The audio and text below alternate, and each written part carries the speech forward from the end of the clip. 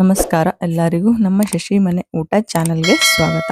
ಈಗ ನಾವು ಬೇಕರಿ ತರಹದ ಸೇವನ್ನ ಮಾಡೋದು ಹೇಗೆ ಅಂತ ನೋಡೋಣ. ಮನೆಯಲ್ಲಿಯೇ ಇದನ್ನ ತುಂಬಾ ಸುಲಭವಾಗಿ ಮಾಡ್ಕೋಬಹುದು. ಎಲ್ಲಾನು ಮಿಕ್ಸ್ ಮಾಡಿ ಈ ತರ ಮಾಡಬಹುದು. ಇದಕ್ಕೆ ಫಸ್ಟ್ ಅಲ್ಲಿ ಸೇವ್ ಮಾಡೋಣ. ಅದಕ್ಕೆ 3 ಕಪ್ ಬಜ್ಜಿ ಹಿಟ್ಟನ್ನ ಹಾಕ್ತಾ ಇದ್ದೀನಿ. ಬಜ್ಜಿ ಹಿಟ್ಟನ್ನ ಈ ತರ ಫಸ್ಟ್ ಅಲ್ಲಿ ಜಲ್ಲಡಿನ ಹಿಡ್ಕೋಬೇಕು. 3 ಕಪ್ಪನ್ನ ಹಿಡಿಬೇಕು. ಆಮೇಲೆ ಇದಕ್ಕೆ 2 ಸ್ಪೂನ್ ಅಕ್ಕಿ ಹಿಟ್ಟನ್ನ ಹಾಕ್ತಾ ಇದ್ದೀನಿ. ಅಕ್ಕಿ ಹಿಟ್ಟು ಹಾಕೋದ್ರಿಂದ ಸೇವ್ ಕ್ರಿಸ್ಪಿಯಾಗಿ ಆಗ್ತಾವೆ. ಹಾಗಾಗಿ ಇದನ್ನ ಹಾಕ್ತಾ ಇದ್ದೀನಿ. ಇದನ್ನ ಸ್ವಲ್ಪ ಜಲ್ಲಡಿ ಹಿಡಿಬೇಕು. ಆಮೇಲೆ 1 ಸ್ಪೂನ್ ಉಪ್ಪನ್ನ ಹಾಕ್ತಾ ಇದ್ದೀನಿ. ಆಮೇಲೆ ಅರ್ಧ ಸ್ಪೂನ್ ಖಾರ ಪುಡಿನ ಹಾಕ್ತಾ ಇದ್ದೀನಿ. ನಿಮಗೆ ಜಾಸ್ತಿ ಬೇಕಾದರೂ ಹಾಕ್ಬೋದು. ಎಲ್ಲ ಮಿಕ್ಸ್ ಮಾಡೋದ್ರಿಂದ ಅರ್ಧ ಸ್ಪೂನ್ ಹಾಕ್ತಾ ಇದ್ದೀನಿ. ಆಮೇಲೆ ಅರ್ಧ ಸ್ಪೂನ್ ಜೀರಿಗೆ ಪುಡಿನ ಹಾಕಬೇಕು. ಆಮೇಲೆ ಸ್ವಲ್ಪ ಅರಿಶಿಣನ ಹಾಕಬೇಕು. ಅರಿಶಿಣ ಹಾಕೋದ್ರಿಂದ ಕಲರ್ ಬರುತ್ತೆ ಅಂತ. ಆಮೇಲೆ 1 ಸ್ಪೂನ್ ಅಜಿವಾನನ ಹಾಕಬೇಕು. ಎಣ್ಣೆ ಕಾಯಕ್ಕೆ ಇಟ್ಟಿದ್ದೀನಿ. ಅದನ್ನ ಕಾದ ಎಣ್ಣೆನ ಇದರಲ್ಲಿ ಹಾಕಬೇಕು. ಹಿಟ್ಟಲ್ಲಿ 2 ರಿಂದ 3 ಸ್ಪೂನ್ ಎಣ್ಣೆನ ಹಾಕಬೇಕು. ಬಿಸಿ ಇರೋ ಎಣ್ಣೆನೆ ಹಾಕಬೇಕು.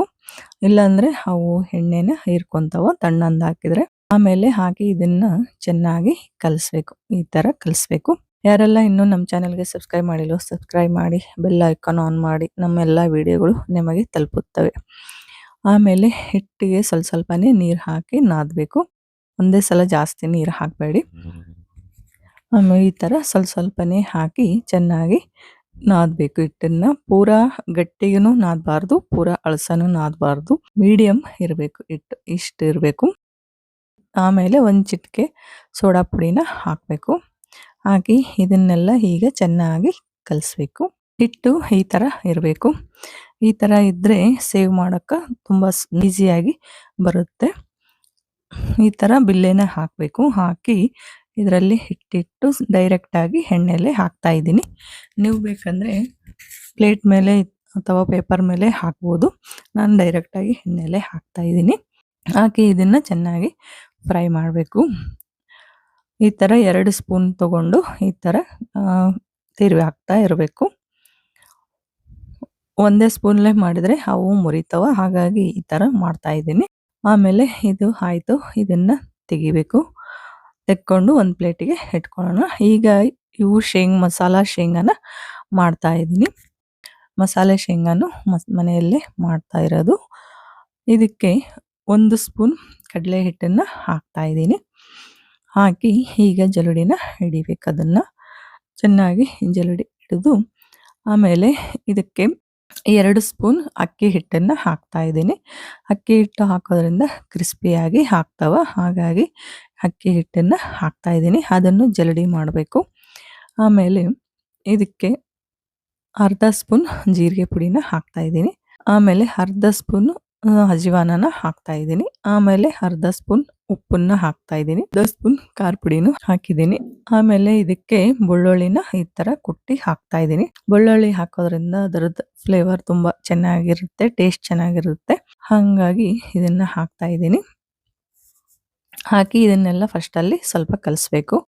ಕಲಸಿ ಆಮೇಲೆ ಇದಕ್ಕೆ ನೀರನ್ನ ಹಾಕಬೇಕು.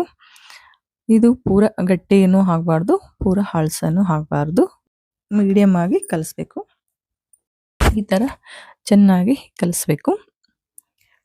ಕಲಸಿ ಆಮೇಲೆ ಇದಕ್ಕೆ 1 ಬಟ್ಲು ಶೇಂಗಾನ ಹಾಕ್ತಾ ಇದ್ದೀನಿ. ಹಾಕಿ ಇದನ್ನು ಸ್ವಲ್ಪ ಚೆನ್ನಾಗಿ ಕಲಿಸ್ಬೇಕು. ಕೈಲೇ ಕಲಿಸ್ಬೇಕು. ಕಲಸಿ ಆಮೇಲೆ ಇದನ್ನ 1 ನಿಮಿಷ ಸೆಟ್ ಆಗೋಕ್ಕೆ ಬಿಡಬೇಕು. ಎಣ್ಣೆ ಕಾದಿದೆ. ಇದನ್ನ ಎಣ್ಣೆಯಲ್ಲಿ ಹಾಕೋಣ. ಈ ಥರ ಒಂದೊಂದಾಗಿ ಹಾಕ್ತಾ ಹೋಗಬೇಕು. ಎಣ್ಣೆಯಲ್ಲಿ ಎಲ್ಲ ಒಂದೇ ಸಲ ಹಾಕಿದರೆ ಅಂಟುತ್ತಾ. ಆಮೇಲೆ ಶೇಂಗಾ ಒಳಗಡೆ ಸರಿಯಾಗಿ ಫ್ರೈ ಆಗಿರೋಲ್ಲ. ಹಾಗಾಗಿ ಈ ಥರ ಹಾಕಬೇಕು. ಈ ಥರ ಕೆಂಪಗಾಗೋ ತನಕ ಕರಿಬೇಕು. ನೋಡಿ ಇಷ್ಟಾದರೆ ಆಯಿತು. ಈಗ ಶೇಂಗಾ ಮಸಾಲ ರೆಡಿ ಆದವು. ಆಮೇಲೆ ಇದಕ್ಕೆ ಶೇಂಗಾನ ಕರಿತಾ ಇದ್ದೀನಿ. 1 ಕಪ್ ಶೇಂಗಾನ ಈ ಥರ ಎಣ್ಣೆಯಲ್ಲಿ ಕರಿಬೇಕು. ಕೆಂಪಗಾಗೋ ತನಕ ಕರಿಬೇಕು. ಶೇಂಗಾ ಈ ಥರ ಫ್ರೈ ಮಾಡಿ ಸೇವಲ್ಲಿ ಹಾಕೋದ್ರಿಂದ ಸೇವ್ ತುಂಬಾನೇ ಟೇಸ್ಟಿಯಾಗಿ ಇರ್ತವೆ. ಈಗ ಶೇಂಗಾ ಆಯಿತು. ಆಮೇಲೆ ಈಗ ಗೋಡಂಬಿನ ಕರಿತಾ ಇದ್ದೀನಿ. ಗೋಡಂಬಿ ಕೆಂಪಗಾಗೋ ತನಕ ಕರಿಬೇಕು. ಗೋಡಂಬಿನೂ ಆಲ್ಮೋಸ್ಟ್ ಕೆಂಪಗಾಗಿದೆ. ಇದನ್ನು ತೆಗೆದು ಟಿಶ್ಯೂ ಪೇಪರ್ ಮೇಲೆ ಹಾಕೋದ್ರಿಂದ ಎಣ್ಣೆ ಎಲ್ಲ ಹೀರ್ಕೊಳ್ಳುತ್ತೆ. ಆಮೇಲೆ ಸ್ವಲ್ಪ ಕರಿಬೇವನ್ನ ಎಣ್ಣೆಯಲ್ಲಿ ಫ್ರೈ ಮಾಡ್ಕೋಬೇಕು. ಅದನ್ನು ಸ್ವಲ್ಪ ಕ್ರಿಸ್ಪಿ ಆಗೋ ತನಕ ಕರಿಬೇಕು. ಇಷ್ಟ ಆದರೆ ಆಯಿತು. ಆಮೇಲೆ ಈಗ ಪುಟಾಣಿನ ಹಾಕ್ತಾ ಇದ್ದೀನಿ. ಅರ್ಧ ಬಟ್ಲು ಪುಟಾಣಿನ ಹಾಕಿದ್ದೀನಿ. ಅದನ್ನು ಸಹ ಎಣ್ಣೆಯಲ್ಲಿ ಕರಿಬೇಕು. ಈ ಥರ ಕರಿಯೋದ್ರಿಂದ ತುಂಬಾನೇ ಟೇಸ್ಟಿಯಾಗಿ ಆಗ್ತವೆ.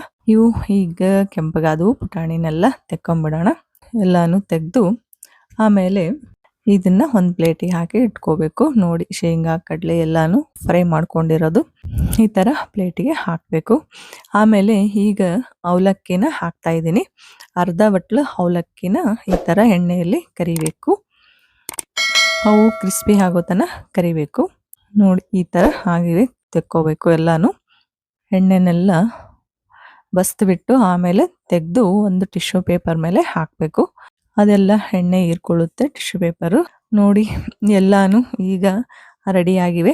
ನೋಡಿ, ಶೇಂಗಾ, ಗೋಡಂಬಿ, ಸೇವು, ಆಮೇಲೆ ಮಸಾಲ ಶೇಂಗಾ, ಆಮೇಲೆ ಕಾಣಿ, ಅವಲಕ್ಕಿ ಎಲ್ಲಾನು ಮಾಡಿ ಆಯಿತು.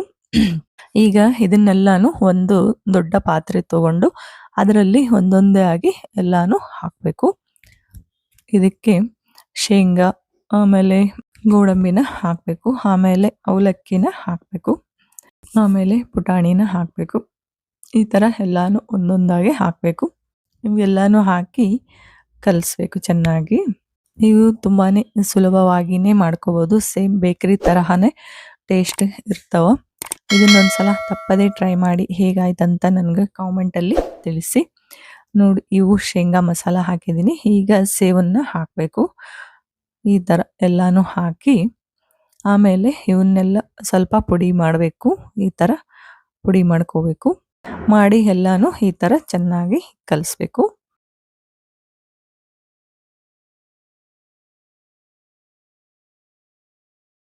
ಆಮೇಲೆ ಇದಕ್ಕೆ ಸ್ವಲ್ಪ ಗರಂ ಮಸಾಲಾನ ಹಾಕಿದ್ದೀನಿ. ಆಮೇಲೆ ಮೇಲೆ ಒಂದು ಸ್ವಲ್ಪ ಖಾರ ಪುಡಿನೂ ಹಾಕ್ತಾ ಇದ್ದೀನಿ. ಇದು ಆಪ್ಷನಲ್ಲು, ಬೇಕಾದರೆ ಹಾಕ್ಬೋದು, ಇಲ್ಲ ಅಂದರೆ ಇಲ್ಲ. ಹಾಕಿ ಇದನ್ನೆಲ್ಲ ಈ ಥರ ಚೆನ್ನಾಗಿ ಕಲಿಸಿದ್ರೆ ಬೇಕ್ರಿ ತರಹದ ಸೇವ್ ರೆಡಿ ಆಯಿತು. ಈ ವಿಡಿಯೋ ನಿಮಗೆ ಇಷ್ಟವಾಯಿತು ಅಂತ ಅನ್ಕೊತೀನಿ. ಈ ವಿಡಿಯೋಗೆ ಲೈಕ್ ಮಾಡಿ, ಶೇರ್ ಮಾಡಿ, ಸಬ್ಸ್ಕ್ರೈಬ್ ಮಾಡೋದನ್ನು ಮರಿಬೇಡಿ. ಧನ್ಯವಾದಗಳು.